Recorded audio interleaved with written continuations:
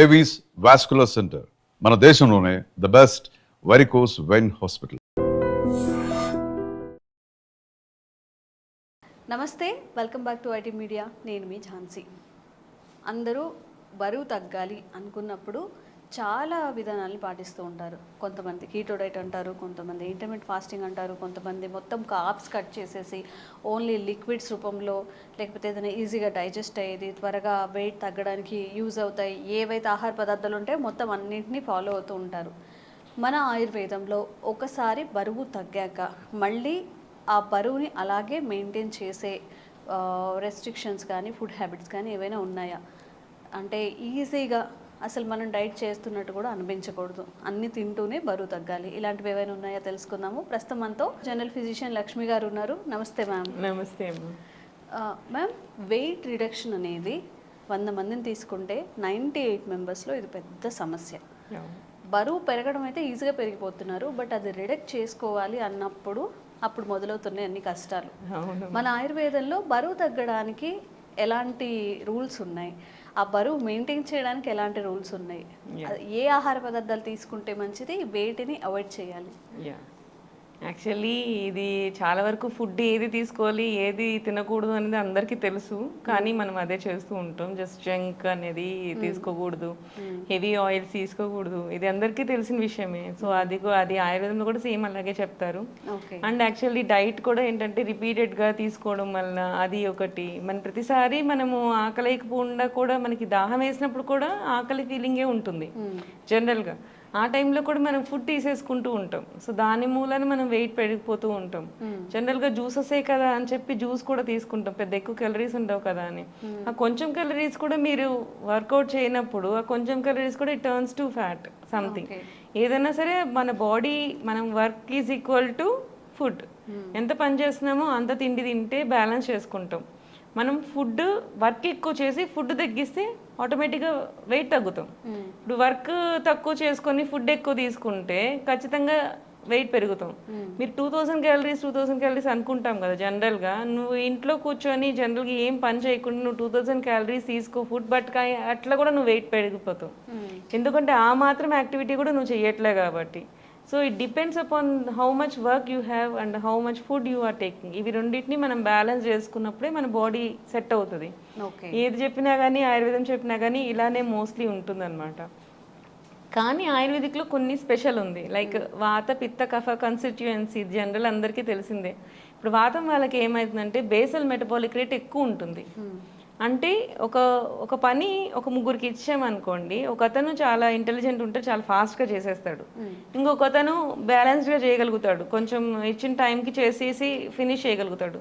కొంతమందికి నువ్వు ఇచ్చిన వర్క్ని అసలు చేయలేకపోతుంటారు. వాళ్ళకి ఏంటంటే డిపెండ్స్ అపాన్ చేయలేకపోతారు అనమాట. అట్లాగా వాళ్ళ తెలివిని బట్టి. సేమ్ అట్లానే మన బాడీ కూడా, మన బాడీలో ఒక బేసల్ మెటబాలిక్ రేట్ ఉంటుంది అనమాట. సో బేసల్ మెటబాలిక్ రేట్ అంటే నీకు ఇచ్చిన పనికి నువ్వు ఎంత క్యాలరీస్ ఖర్చు చేస్తావు అన్న దాన్ని బట్టి.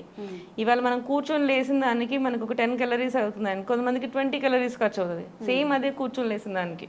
సేమ్ అదే ఇంకొకరికి 30 క్యాలరీస్ ఖర్చు అవుతాయి. ఇది ఏంటి అంటే ప్రకృతి అనమాట. వాత ప్రకృతి, పిత్త ప్రకృతి, కఫ ప్రకృతి. ఈ కఫ ప్రకృతి పర్సన్స్ ఏంటంటే మీకు చాలా తక్కువ బేసల్ మెటబాలిక్ రేట్ ఉంటుంది. వాళ్ళు పని చేయగలుగుతారు, కానీ యాక్చువల్లీ వాళ్ళకి తీసుకునే ఎనర్జీ తక్కువ పడుతుంది అనమాట. సో మజిల్ అలా ఉంటుంది వాళ్ళ మజిల్ అనేది. సో పిత్త ప్రకృతి వాళ్ళకి ఎంత అవసరమో అంతవరకు బ్యాలెన్స్ చేసుకోగలుగుతారు. సో వాత ప్రకృతి వాళ్ళకి అవసరం కంటే ఎక్కువ క్యాలరీస్, ఎక్కువ మెటబాలిక్ రేట్ ఉంటుంది వాళ్ళకి. అంటే వాళ్ళు ఇన్బిల్టే అలా ప్రకృతి పుట్టి ఉంటారా? ఎగ్జాక్ట్లీ.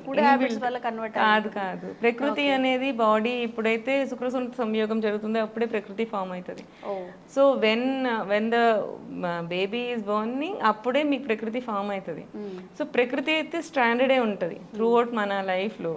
మనం ఏంటి అంటే ఫర్దర్ మనం దాన్ని ఎట్లా మార్చుకుంటున్నాం అన్న దాన్ని బట్టి దోషాలు స్టార్ట్ అవుతాయి, అండ్ అంటే యాడ్ ఆన్ అవుతాయి. లైక్ ఇప్పుడు మనిషి వాత ప్రకృతే. సో అతను ఏంటంటే డైట్ చెయ్యనప్పుడు బట్టి పుట్టడం నుంచి సన్నగానే ఉంటారు పుట్టేటప్పుడే. సో వాళ్ళు వాత ప్రకృతిలోనే ఉంటారు, వాళ్ళకి హై యాక్టివిటీ ఉంటుంది. సో ఎక్కువ ఎగరడం, గెంతడం, చేయడం అన్నీ చేస్తూ ఉంటారు. ఇట్లాంటి వాళ్ళు ఫ్యూచర్లో మళ్ళీ ఫుడ్ తింటే వాళ్ళు కూడా వెయిట్ గెట్ ఆన్ అవుతారు. సో పిత ప్రకృతి కూడా సేమే అనమాట. మనకి పుట్టినప్పుడు మీడియం రేంజ్ ఆఫ్ వెయిట్లో పుడతారు. సో కంటిన్యూషన్ ఏంటంటే మళ్ళీ వాళ్ళు ఫుడ్ ఎక్కువ తీసుకుంటుంటే మళ్ళీ వాళ్ళు లావైపోతుంటారు. సో వాళ్ళు కూడా అక్కడ కంటిన్యూషన్ మనం ఏదైతే తప్పులు చేస్తామో దానివల్ల ఏ ప్రకృతి అయినా సరే డిఫరెన్స్ అయితే వచ్చేస్తుంది. But how much you are gaining more weight అనేది. సో కొంచెం ఎక్కువ తిన్నా కానీ వాతం వాళ్ళకి కొంచెం మీడియంగా పెరుగుతారు.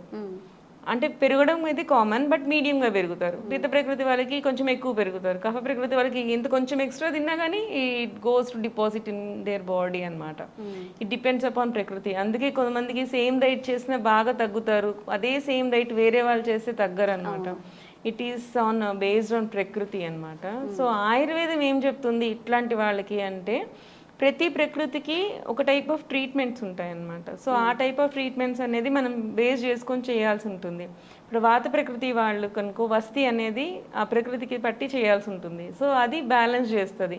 పిత్త ప్రకృతి వాళ్ళకి విరేచనం అంటాం, అంటే మోషన్ థెరపీస్, అవి పిత్త ప్రకృతి వాళ్ళని బ్యాలెన్స్ చేస్తాయి. కఫ ప్రకృతి వాళ్ళకి వమనం అంటాం, వామిటింగ్ థెరపీ. సో అది చేస్తే వాళ్ళకి బ్యాలెన్స్ అవుతుంది అనమాట. సో మనకి ఏంటంటే బాడీ టైప్ ఏంటి, మనం ఏ టైప్ ఆఫ్ బాడీతో మనం ఎక్కువ పెరుగుతున్నాం, సో దాన్ని బట్టి మనం ఏంటంటే ఈ శోధన కర్మలు మనం యాడ్ ఆన్ చేసుకుంటే సో మన బాడీని పర్ఫెక్ట్గా మెయింటైన్ చేయగలుగుతాం. ఒకసారి మన బాడీ మరి సెట్ అయిపోయినాక అక్కడి నుంచి మనం రెగ్యులేట్ ఫుడ్ తీసుకుంటే ఆటోమేటిక్గా మన బాడీ మెయింటైన్ చేస్తుంది అనమాట.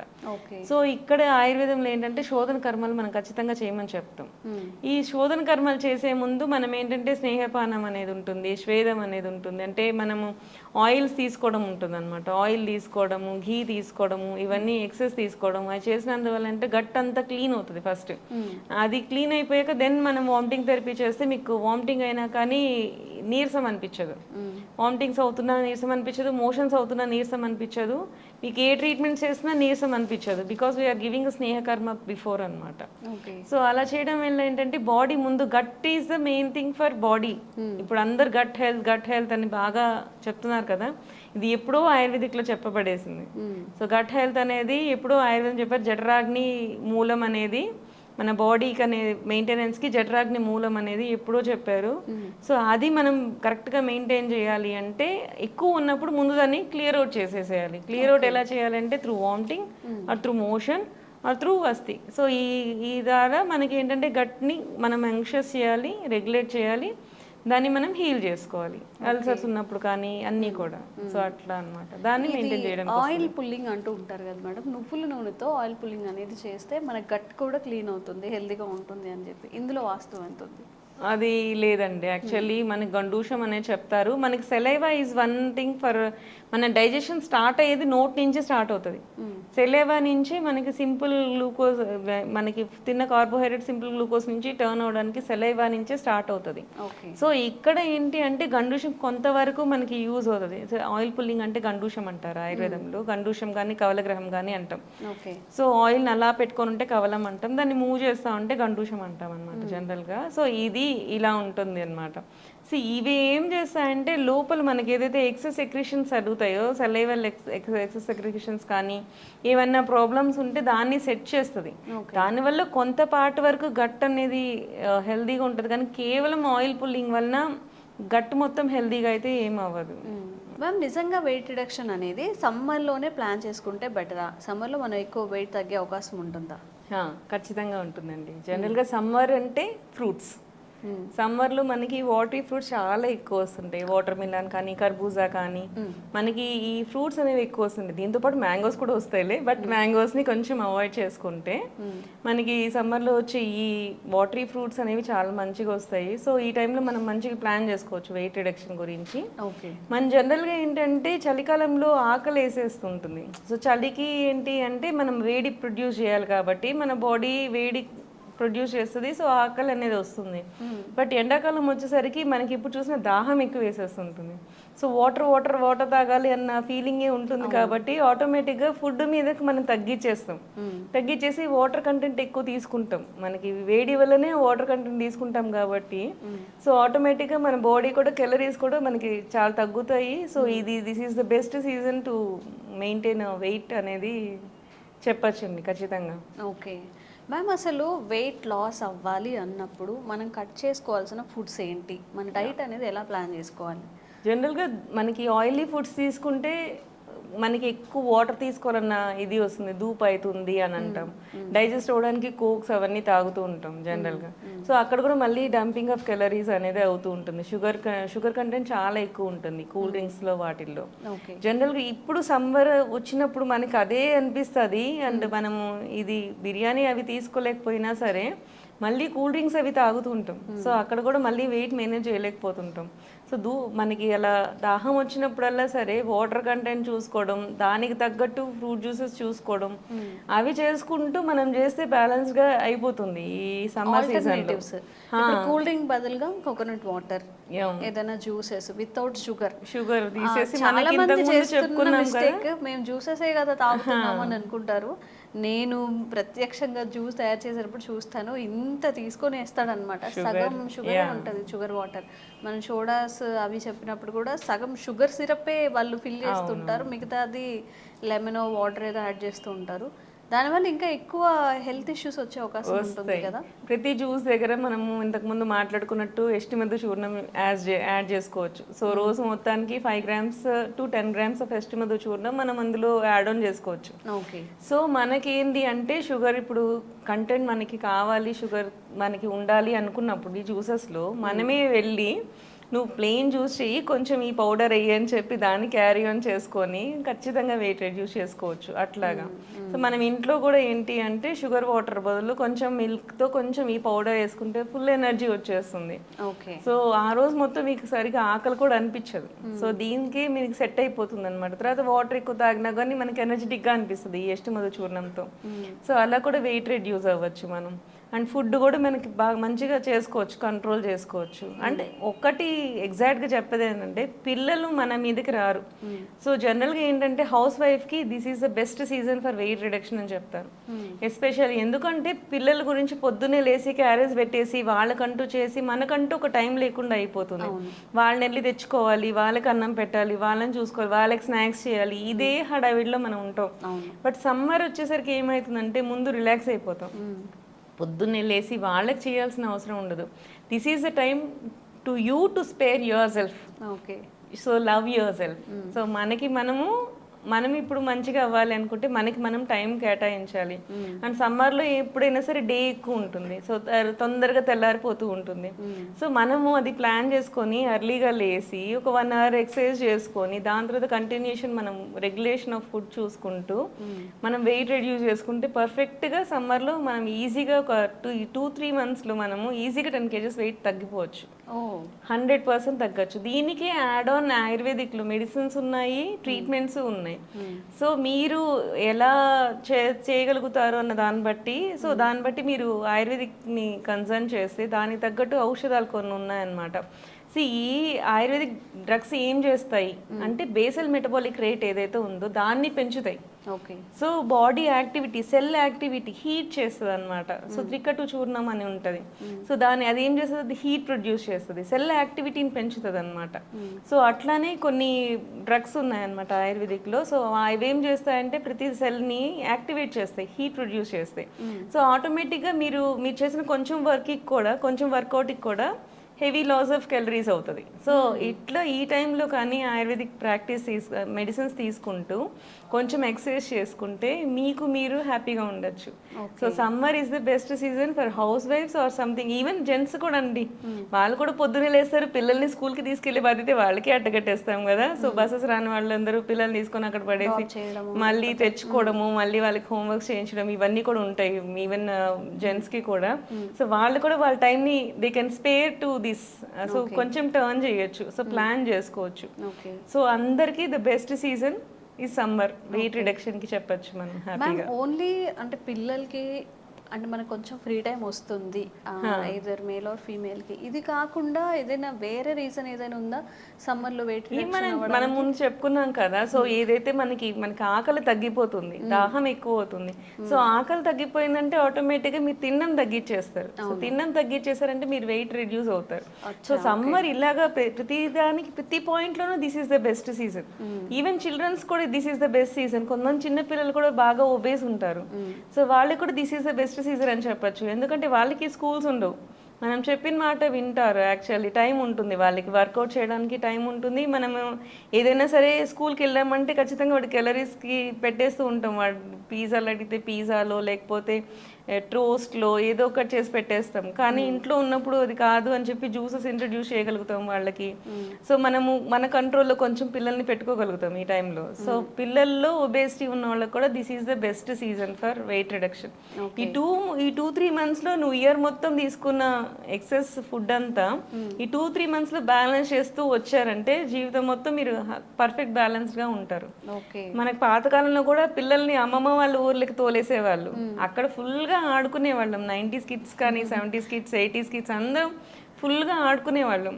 వద్దన్నా మనకి చిన్నపిల్లలు ఒబేసిటీ చూసేవాళ్ళు చాలా తక్కువ మంది ఉండేవాళ్ళు అప్పట్లో. ఇప్పుడు ఏంటంటే ఎక్కడికి తోలడానికి లేదు, వాళ్ళు చేయలేకపోతున్నారు. మనకి ఇంట్లో కూడా వాళ్ళు ఏంటి ఇప్పుడు మళ్ళీ కంప్యూటర్స్, మళ్ళీ సెల్ ఫోన్స్ దీని మీద పడిపోతున్నారు. ఇప్పుడు ఇంకా ఇంకా పెరిగిపోతున్నారు. అందుకే ఒబేస్ చిల్డ్రన్ అనేది. సో ఒబేసిటీ కూడా మనం జాగ్రత్తగా చూసుకోవాలి. పిల్లల్లో కూడా కంట్రోల్ చేయాలి మనం.